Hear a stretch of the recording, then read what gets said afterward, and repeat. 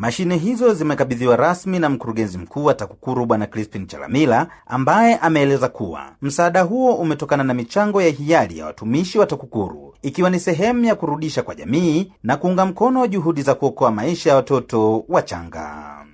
Sasa na sisi TAKUKURU tumewiwa kuunga mkono juhudi hizo za Mheshimiwa Rais, basi walau kutoa hizi mashine 2 kwa imani kabisa kwamba zitasaidia, na kwa kweli zitasaidia kuokoa maisha ya watoto ambao wamezaliwa kabla ya muda, tunaambiwa wakiwa na uzito pungufu, hivyo kuwa prone kwa magonjwa mbalimbali ikiwemo ugonjwa wa manjano. Sasa tumekuja na mashine 2, radiant warmer na hiyo phototherapy. Tuna imani zitasaidia, japo tumeziona zingine ziko kule ndani nyingi, lakini naamini hazitabanana. Na nyinyi ni hospitali ya kanda, mnahudumia mikoa 7, tumeelezwa hapa, na kwetu ni furaha kwamba kwa utaratibu tunaoendelea nao, basi hapa kwenu kidogo mzigo utapungua, kwa sababu ni jana tu tumekabidhi vifaa kama hivi hospitali ya rufaa mkoa wa Ruvuma, ambao nadhani ni moja ya hospitali ambazo rufaa yake ni kwenu hapa.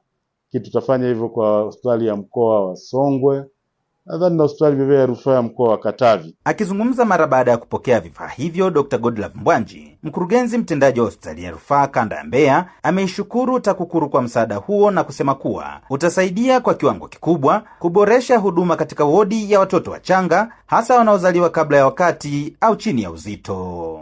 Sisi kupeleka utaalamu wanapata kutoka hapa. Kwa nini nasema hivyo? Maana yake msaada wote unaotolewa kwenye hospitali ya rufaa ya kanda Mbeya kwa namna moja au nyingine unagusa mikoa yote hiyo niliyoitaja.